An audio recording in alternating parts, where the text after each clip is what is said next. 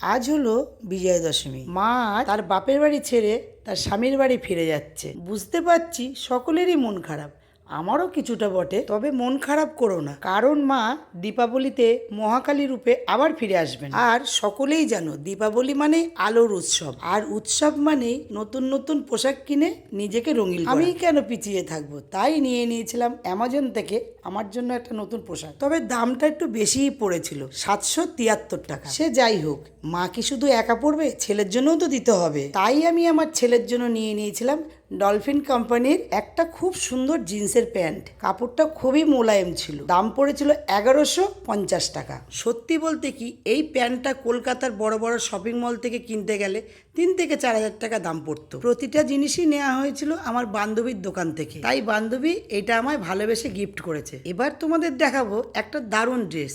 এই ড্রেসটাও ছিল dolphin company, এর দাম পড়েছিল 700 টাকা। তবে সত্যি বলতে কি, দাম হিসাবে জিনিসগুলো খুবই ভালো ছিল। আমার বান্ধবীর দোকান গড়ভবানীপুর। কেউ যদি কিছু কিনতে চাও তাহলে আমার সাথে যোগাযোগ করো। তাহলে আজ আমি আসি।